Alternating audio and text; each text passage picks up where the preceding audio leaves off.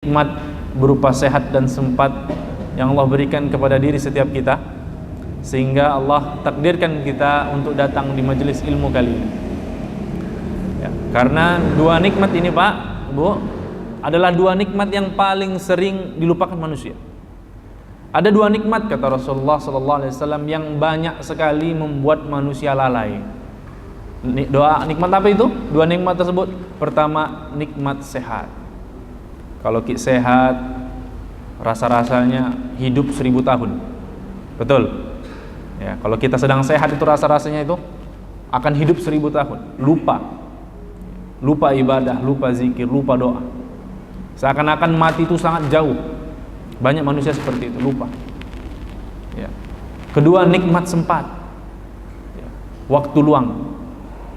Banyak juga manusia diberikan Allah Subhanahu wa taala waktu, tapi tidak dimanfaatkan dengan baik, tidak digunakan dengan bijak, sehingga hari-hari berlalu tanpa arti.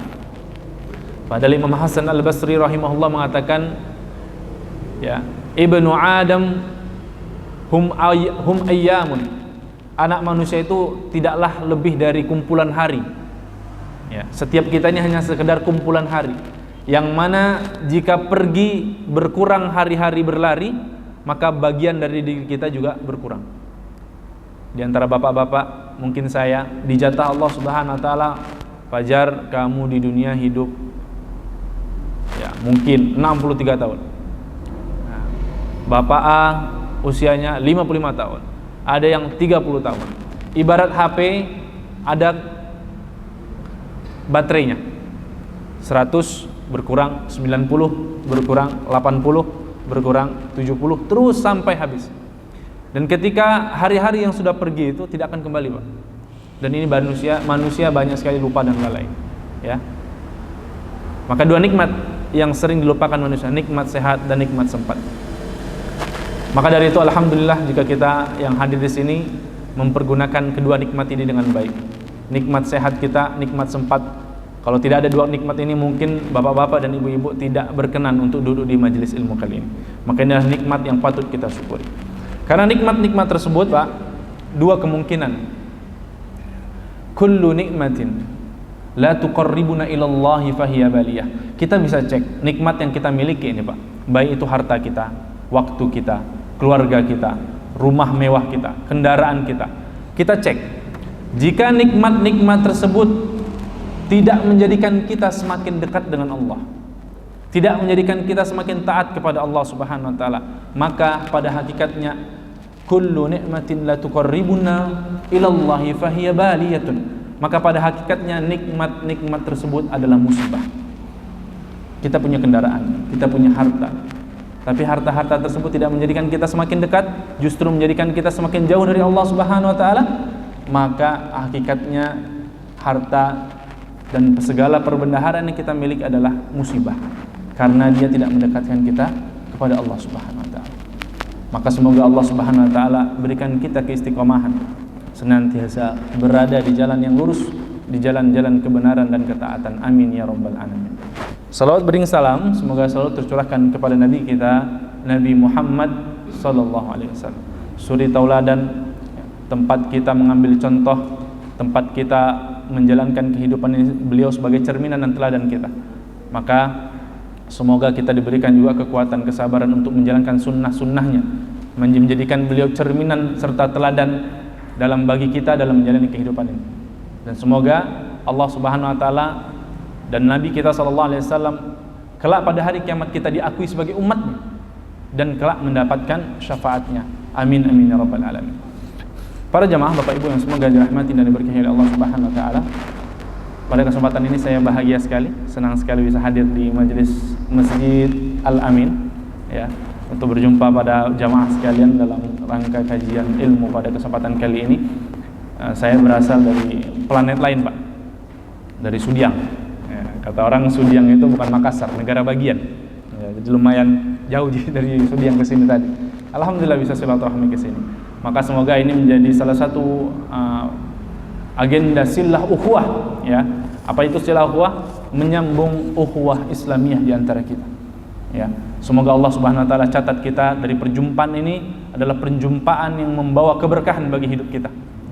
Perjumpaan yang kelak dicatat oleh Allah Subhanahu wa taala bahwasanya kita pernah bertemu di Masjid Al-Amin ini dalam rangka saling menasihati dalam kebaikan, saling menasihati dalam kesabaran. Dan semoga Allah Subhanahu wa taala kumpulkan kita kembali di surganya bersama para nabinya, bersama para rasulnya, para syuhada dan sholihin. Amin amin ya rabbal alamin.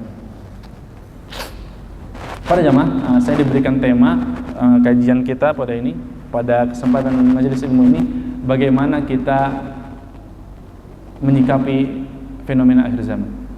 Betul ya? Begitu judulnya? Ya. Rasulullah SAW sudah peringatkan kita 1400 tahun yang lalu tentang satu masa zaman fitnah yang akan terjadi kelak di akhir zaman. Ya. Hari di mana huru hara terjadi, fitnah seperti ombak. Lihat kita Pak, pantai Losari ombak. Ya. Bagaimana ombak itu? Dia datang lagi, tidak berhenti. Ya. Kita sudah berjarak dari Nabi SAW berjarak 1400 tahun. Dan fitnah itu silih berganti kepada umat ini. Ya. Dan itu akan terus terjadi sampai dengan hari kiamat nanti. Semakin dekat dengan hari kiamat, fitnah itu akan semakin banyak. Maka kata Rasulullah SAW dalam sebuah riwayat, ya'ti zaman, akan datang suatu masa kepada kalian, masa di mana fitnah itu datang tidak berhenti menimpa kalian. Keadaan pada masa itu, orang-orang Islam yang berpegang teguh dengan agamanya digambarkan oleh Nabi SAW, as-sabiru fihi ala dinihi, orang-orang yang bersabar menjalankan agama Islam ini, kaqabidi ala jamri, seperti orang-orang yang memegang bara api. Siapa yang di sini pernah pegang bara api, Pak? Mungkin kemarin malam tahun baru ada ki yang pegang apa? Terpegang bara api. Ada? Pernah ki pegang bara api? Ada yang pernah pegang bara api? Ada yang pernah mungkin terkena api, percikan api? Bagaimana rasanya? Panas. Tapi kata Rasulullah SAW, gambaran kondisi di akhir zaman, Pak, orang-orang yang berpegang teguh dengan agama ini, ya, kaqabidi alal jamr, seperti seseorang yang memegang bara api, panas. Orang yang berislam ini mendapatkan hujatan, fitnah, dan segala macamnya. Dan ini sudah terjadi sejak zaman Nabi. Apa yang dialami Nabi SAW ketika mendakwakan Islam ini?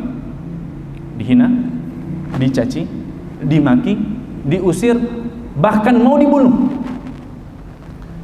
Maka Rasulullah SAW sudah peringatkan, badal Islamu ghariban, Islam dimulai dalam keadaan terasing, wa yaudu ghariban kama bada, dan Islam akan kembali terasing pada suatu masa nanti. Sekarang saya tanya, sekarang kalau lihat ada seorang muslimah menutup auratnya dengan sempurna, berhijab besar, datang ke pasar, dianggap aneh tidak? Dianggap aneh tidak, Pak? Aneh. Datang ke mall Panakukang, ya, pakai jubah, ya, pakai sarung, pakai sorban, kira-kira dianggap aneh tidak? Aneh. Bahkan ada anak-anak muda yang rajin ke masjid hari ini, aneh. Dianggap aneh oleh manusia hari ini. Islam seperti itulah Islam dulu ketika bermula di Makkah, asing, sedikit pengikutnya. Tapi hari ini Islam banyak, tapi tetap menjadi asing. Sebagaimana yang sudah disabdakan Nabi SAW, bada'al Islamu ghariban wa ya'udu ghariban kama bada'a. Islam akan kembali terasing sebagaimana dulu ia bermula datang dalam keadaan terasing. Dan ini sudah terjadi. Ini sudah terjadi. Orang Islam banyak tidak Islam? Banyak. Menurut statistik saja, ya, Islam di seluruh dunia ini ada kurang lebih 1,8 miliar muslim di dunia. Tapi dari sekian angka tersebut, berapa mereka yang benar-benar menjalankan Islamnya dengan baik? Berapa persen? Padahal Allah Subhanahu wa taala firmankan, ya ayyuhalladzina amanu dukhulu fis silmi kafah, wahai orang-orang beriman, masuk Islamlah kalian ke dalam agama Allah ini dengan cara totalitas, sempurna. Karena Islam bukan agama prasmanan, Pak. Apa itu agama prasmanan? Kalau biasanya acara pernikahan, prasmanan itu bagaimana?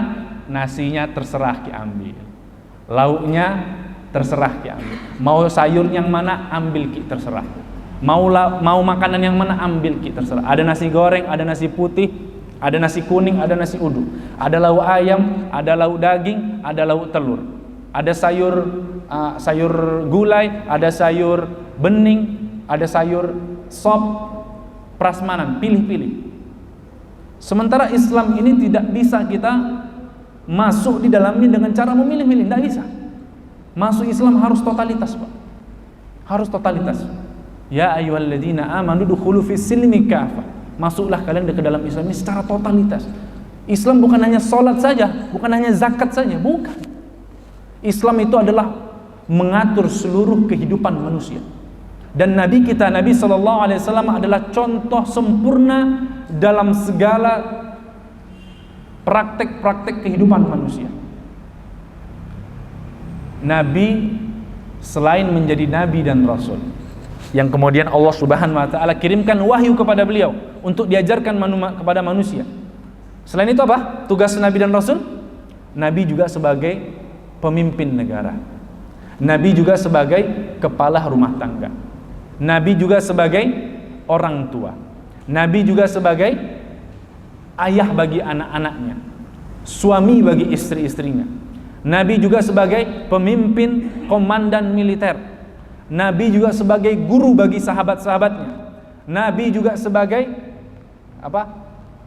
teladan bagi umatnya.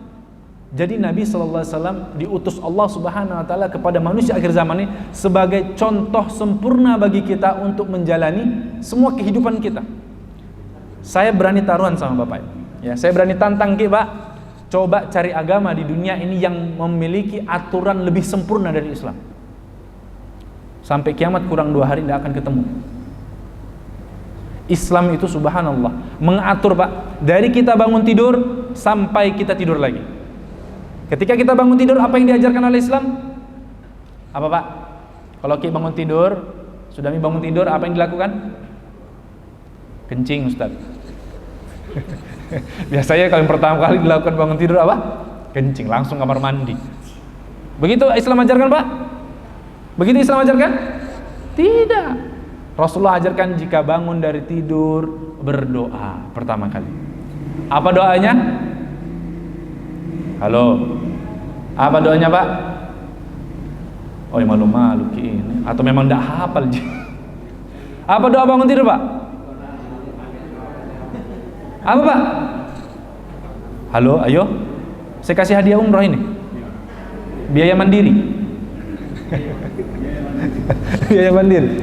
Apa, Pak? Alhamdulillahilladzi ahyana ba'dama amatana wa ilaihin nusur. Segala puji bagi Allah yang telah membangunkan kami lagi dari setelah mematikan kami. Tidur itu mati kecil, ya. Ada yang Allah matikan ketika tidur, ada yang bangun lagi, ada yang tidak bangun. Betul? Nah, ada yang tidur, ada yang bangun lagi subuh, ada yang tidak bangun lagi. Ya, memang tidur itu mati kecil. Makanya alhamdulillahilladzi ahyana ba'dama amatana wa ilaihin nusur. Tergantung doa di situ. Ada aturan bagi kita. Bangun tidur berdoa ki. Alhamdulillah Allah, segala puji bagi Allah yang membangunkan kami lagi, menghidupkan kami setelah mati, dan kepadanya lah kami akan dikumpulkan. Habis bangun apa? Rasulullah biasanya kalau bangun tidur, ya, yashushu fahu bisiwak. Rasulullah sikat gigi. Ini kebiasaan Nabi SAW. Setelah itu apa? Rasulullah kemudian berwudu. Karena seorang itu tidur, tidaklah seorang itu tidur melainkan setan akan kencing di telinganya, ya, kencing di matanya. Maka jika seorang itu bangun dari tidurnya kemudian mengingat Allah dengan berdoa, lepas satu ikatan. Jika dia kemudian bangun berdoa kemudian berwudu, lepas 2 ikatan. Kemudian jika dia berwudu kemudian salat 2 rakaat, lepas 3 ikatan. Maka dia akan menjalani paginya dengan semangat. Tuntunan Nabi sallallahu alaihi wasallam. Ketika akan tidur, apa tuntunan Nabi? Berwudu. Habis berwudu, berdoa. Apa doanya, Pak? Allahu la ilaha illa huwal hayyul qayyum la ta'khudhu sinatun wa la naum. Ayat kursi. Baca juga qul huwallahu ahad, qul a'udzu birabbil falaq, qul a'udzu birabbin nas. Kemudian tidur mengarah ke kanan. Ada tuntunannya. Ya, bahkan sampai dengan cara menguap saja kita diajarkan oleh Rasulullah sallallahu alaihi wasallam. Menguap, Pak. Cari agama di dunia ini yang mengajarkan tata cara menguap. Saya tantang sampai kiamat 2 hari tidak ketemu gitu. Ada agama yang mengajarkan umatnya tentang cara adab menguap. Nabi sallallahu alaihi wasallam mengatakan, "Idza tasa'aba ahadukum falyaqdhum mastata'." Jika salah seorang di antara kalian menguap, maka tutup, tahan. Wah. Tapi biasa kita ini kalau menguap bagaimana, Pak? Wah, sampai terhisap itu teman samping tak itu. Ya, saking lebarnya itu mulut tak itu menguap itu. Wah, enaknya itu ya. Masya Allah. Padahal kata Nabi apa? Tuntunan Nabi sallallahu alaihi wasallam, jika menguap tahan. Tahan. Kalau tidak tahan sekali, ngantuk sekali, tutup. Diajarkan oleh Nabi kita sallallahu alaihi wasallam. Bahkan hatta sampai perihal mendengar suara kokokan ayam pun ada tuntunan Nabi sallallahu alaihi wasallam. Jika ayam berkokok, Pak, ada tuntunan dari Nabi sallallahu alaihi wasallam. Ketika mendengar suara anjing, ada tuntunan Nabi sallallahu alaihi wasallam. Nabi sallallahu alaihi wasallam bersabda, "Idza sami'tum siyahat dikah." Jika kalian mendengarkan kokok ayam, kukuruyuk. Bukan berisik sekali ayam ini, mau kak tidur ini. Bukan begitu. Apa tuntunan Nabi? Idza sami'tum siyahat dikah. Jika kalian mendengarkan kokok ayam, fas'alullaha min fadlih. Mintalah kepada Allah keutamaan dan karunia. Berdoa. Fa innaha ra'at malakan. Karena ayam itu ketika berkokok di sepertiga malam, itu malam-malam. Pernah kita dengar suara ayam sepertiga malam? Jam 2, jam 3, pernah? Ya, itu bukan karena lagi ribut sama ayam tetangga. Bukan. Atau sedang ribut sama istrinya itu, bukan. Atau digigit nyamuk, enggak. Kata Rasulullah apa? Fa innaha ra'at malakan. Karena ayam-ayam itu ketika berkokok melihat malaikat sedang turun. Malaikat sedang turun. Sepertiga malam memang waktunya malaikat turun melihat siapa yang berdoa, siapa yang istighfar, siapa yang salat malam. Jadi kalau kita sepertiga malam ngorok, sudah lewat. Wassalamualaikum warahmatullah. Makanya kalau mendengar kokok ayam, kata Rasulullah, Pak, minta karunia dan keutamaan dari Allah Subhanahu wa taala. Diajarkan. Wa idza sami'tum nubahal kilab. Jika kalian mendengarkan gonggongan anjing. Nah, ini Pak. Ya, gonggongan anjing itu biasanya kalau kita dengar dua aja itu. Kesimpulannya. Kalau ada orang asing atau ada maling. Nah, tapi tidak hanya itu. Kata Rasulullah, idza sami'tum nubahal kilab, kalau kalian dengarkan gonggongan anjing, fata'awwadhu minhu, maka minta perlindungan dari Allah Subhanahu wa taala. Fa innahu ra'a syaitan, karena anjing itu melihat syaitan ketika menggonggong. Ada tuntunannya. Urusan kokok ayam dan gonggongan anjing. Islam yang ajarkan. Maka Nabi SAW memang menjadikan Islam ini agama yang sempurna. Tapi di akhir zaman ini kaum muslimin jauh sekali dari agama mereka. Dan inilah fitnah akhir zaman. Di mana kata salah satu ciri fitnah akhir zaman adalah intisyarul jahli, tersebarnya kebodohan. Wa turfa'u ilmu, diangkatnya ilmu. Ilmu itu dicabut oleh Allah Subhanahu wa taala, Pak. Tapi bukan dicabut langsung hilang begitu, tidak. Bimautil ulama. Ilmu hilang di tengah umat ini apa? Dengan wafatnya para ulama. Masya Allah, 2020 ini Pak adalah tahun kesedihan bagi kita. Kalau kita lihat berita-berita di medsos atau broadcast di WA, baca-baca berita portal-portal media, kita akan tahu berita tiap minggu ada yang meninggal ulama, alim, kiai, habaib. Ada banyak sekali yang meninggal tahun 2020 ini, 2020 yang kemarin. Ya, banyak sekali yang meninggal dunia. Seakan-akan benarlah sabda Nabi sallallahu alaihi wasallam bahwasanya kita sudah berada di akhir zaman di mana ilmu itu Allah cabut. Dengan apa? Para ulama-ulama yang saleh yang lurus diwafatkan oleh Allah Subhanahu wa taala. Maka yang tersisa apa? tersisalah ulama-ulama yang yang buruk. Ya. Mereka berilmu, mereka alim, tapi yad'u ila abwabi jahannam. Tapi mereka mengajak umat ini kepada pintu-pintu neraka, menyesatkan. Ya. Mereka berdusta atas nama Allah dan Rasulnya. Mereka menjual agamanya dengan harga yang murah. Dan itu terjadi. Maka kita yang awam ini, Masya Allah, 2G, ya, konsekuensi kita sebagai orang-orang yang biasa-biasa ini, Pak. 2 kesimpulannya. Apa itu? Salah mengambil rujukan atau menjadi rujukan yang salah. Ya, karena kita tidak tahu, terombang-ambing dengan fitnah dan ketidakjelasan, maka kita boleh jadi 2 kondisi kita. Salah mengambil rujukan, salah bertanya, ataupun menjadi rujukan yang salah. Tiba-tiba kita kelihatan gagah, alim, sorbanan, segala macam, jubahan. Kemudian ada orang-orang bertanya padahal kita tidak punya ilmu. Kemudian kita berani menjawab sembarangan, maka umat tersesat gara-gara kita. Ya. Maka kata Rasulullah, "Idza usnidal amru ila ghairi ahlihi fantadhirus sa'ah." Salah satu ciri kiamat juga adalah jika suatu urusan umat, urusan orang banyak diberikan kepada orang yang bukan memiliki kapasitas, bukan ahlinya. Jika urusan umat, urusan orang banyak ini diberikan kepada orang yang bukan ahlinya, artinya apa? Tidak punya kapasitas, ya, tidak punya kompetensi, tidak punya keahlian di bidang tersebut. Akhirnya dia mengerjakan amanah dan tanggung jawab tersebut dengan sewenang-wenang dan tidak baik. Fantadhiyus sa'ah, maka tunggulah kiamat itu sebentar lagi datang. Ya. Kira-kira kita sudah dekat belum kiamat ini, Pak? Halo? Kita ini merasa tidak sedang di akhir zaman ini? Merasa? Merasa? Apakah kita sudah merasa ini kita di akhir zaman? Masya Allah. Dan itu beberapa sekian tanda-tanda yang sudah sebutkan oleh Nabi SAW hampir-hampir terjadi. Padahal Rasulullah sudah sabdakan 1400 tahun yang lalu, kiamat itu, aku dan kiamat itu jaraknya seperti asar ke maghrib. Seperti asar ke maghrib. Nabi SAW diutus itu di waktu asar, Pak.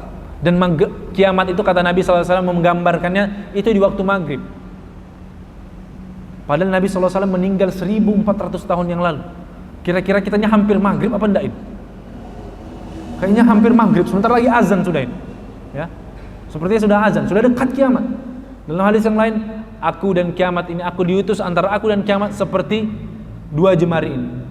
As-sababa wal wusta, jari telunjuk dan jari tengah. Ini jauh apa dekat ini? Padahal Nabi SAW sudah meninggal 14 abad yang lalu. Maka gambarannya mungkin sudah begini, saking dekatnya. Maka apa yang kita harus lakukan untuk menghadapi perihal fitnah-fitnah di akhir zaman? Pertama, pegang teguhlah nasihat Nabi SAW. Nabi sebelum meninggal dunia,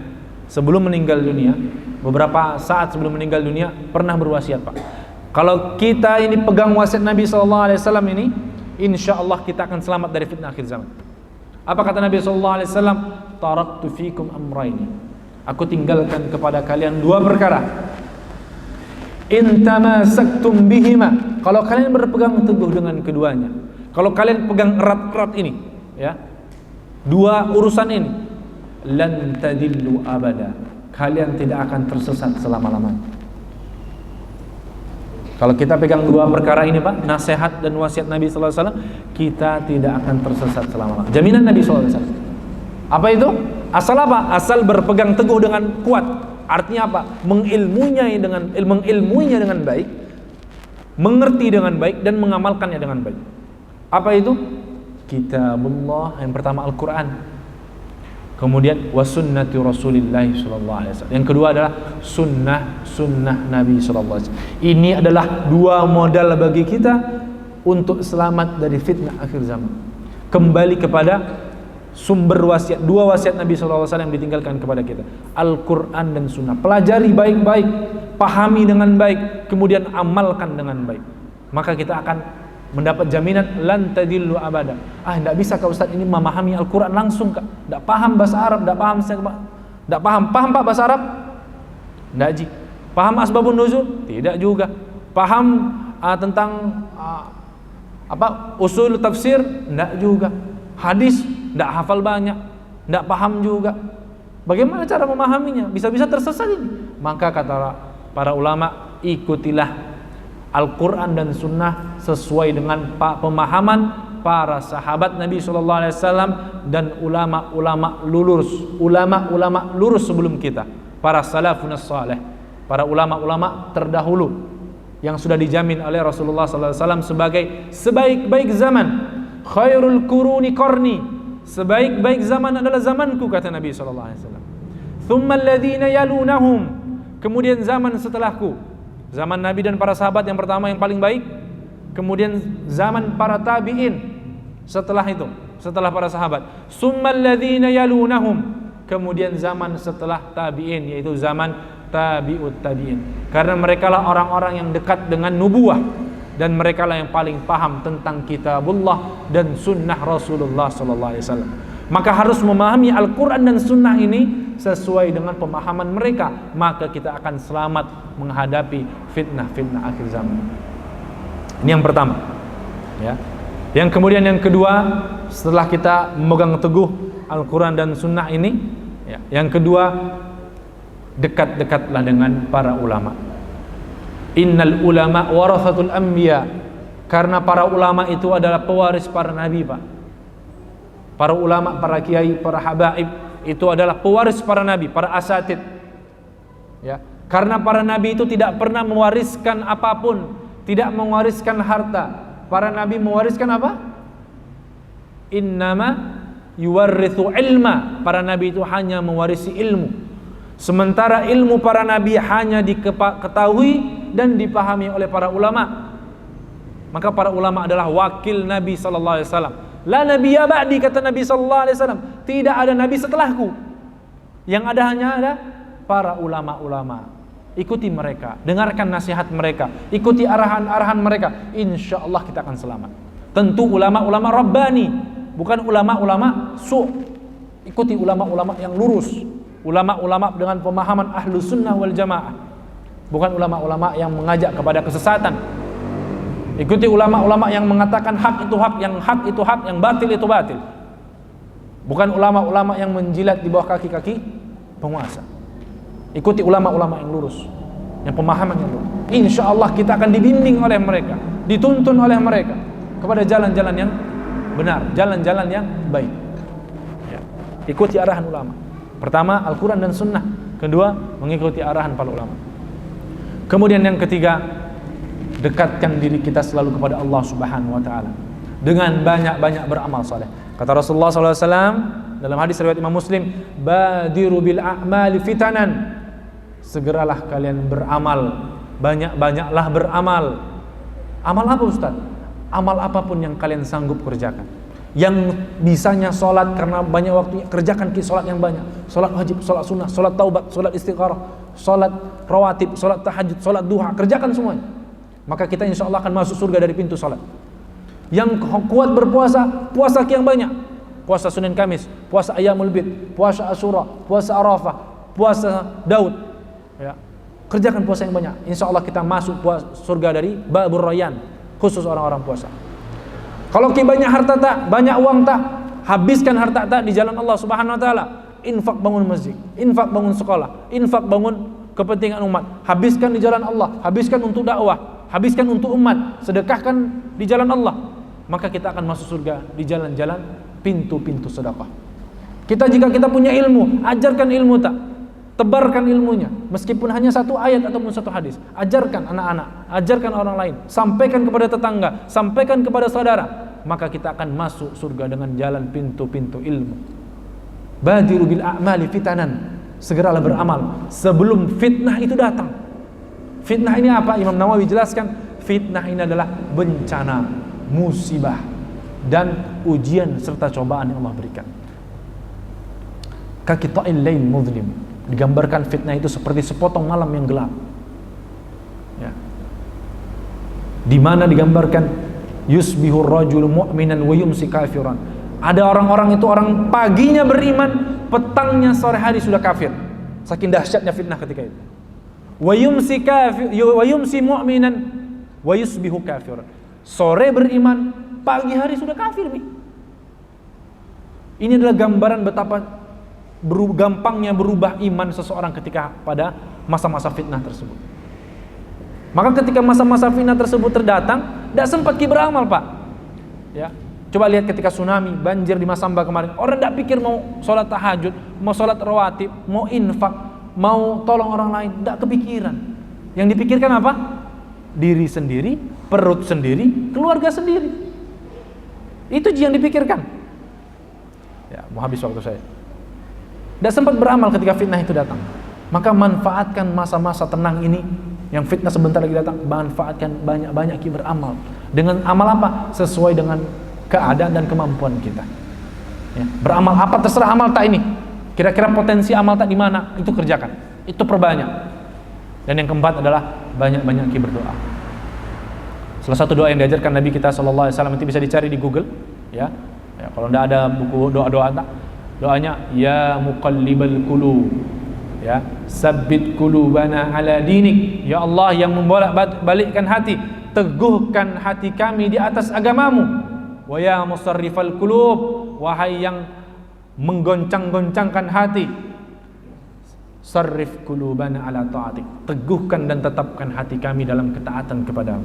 Ini doa yang diajarkan Nabi sallallahu alaihi wasallam agar kita teguh, sabat, tegar serta sabar di jalan-jalan kebenaran. Ya muqallibal qulub, tsabbit qulubana ala dinik, wa ya musarrifal qulub, sarrif qulubana ala ta'atik. Ya, waktu saya habis, ada 10 menit lagi sebelum Isya. Berarti 4, Pak, ya. Saya simpulkan ulang. Pertama, pegang teguh Al-Quran dan Sunnah sesuai dengan pemahaman para ulama salafun salih yang lurus, yang benar, yang baik. Kedua, agar selamat di akhir zaman, ikuti para ulama-ulama Rabbani yang lurus, ulama-ulama yang berada di jalan-jalan kebenaran dan kesalehan. Ketiga, banyak-banyak beramal saleh mendekatkan diri kepada Allah Subhanahu wa taala. Kemudian yang keempat, banyak-banyak berdoa memohon keteguhan dan kesabaran kepada Allah Subhanahu wa taala. Semoga Allah Subhanahu wa taala jaga kita semuanya senantiasa diberikan keberkahan, memberikan keistiqomahan di jalan-jalan ketaatan, menjadi pribadi yang lebih saleh lagi, lebih dekat dengan Allah, lebih taat, lebih akrab dalam kebaikan dan ketaatan. Ini yang kami sampaikan, semoga bermanfaat, semoga meneguhkan iman kita. Setelah ini saya kembalikan kepada panitia karena akan ada beberapa penyampaian dari panitia berkenaan dengan program donasi pesantren. Nah, ini amal soleh. Jadi siapa yang lapang rezekinya, jadikan ini kesempatan untuk beramal soleh.